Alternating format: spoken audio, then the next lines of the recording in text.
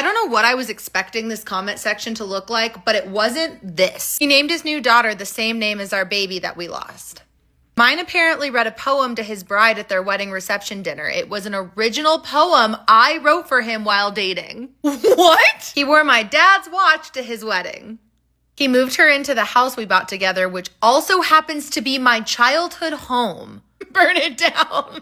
He gave her the car we built together from the ground up. She's driving around with his initials and my initials in the engine bay. He said my name at the altar. I wasn't the bride. They got married with the engagement ring he bought for me, and I somehow lost 3 months before we broke up. We broke up because I lost that ring? Slept with my best friend in a blanket I crocheted myself for him. He helped me pick out the colors when I was buying the yarn.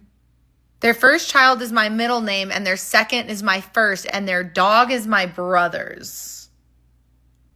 He named his son Orion, the name we had picked out because we were in a long-distance relationship, and we used to look up at the Orion constellation when we were missing each other and when we were saying goodnight on the phone.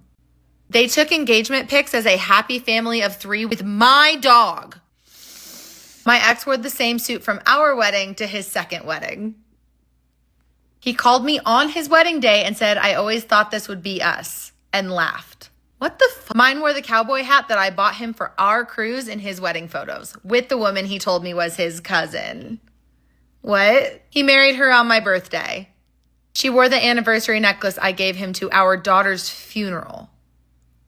The thought that just popped into my head would get me banned from this app. The decorations on their Christmas tree are from my grandma. I told him my business idea. He said it would never work and really discouraged me from starting it. I broke up with him because I felt like the shell of the person I once was. He started a business with my business idea and my business plan a few months after. It's very successful. He has an about the owner section on the website saying he just came up with it one day while he was daydreaming.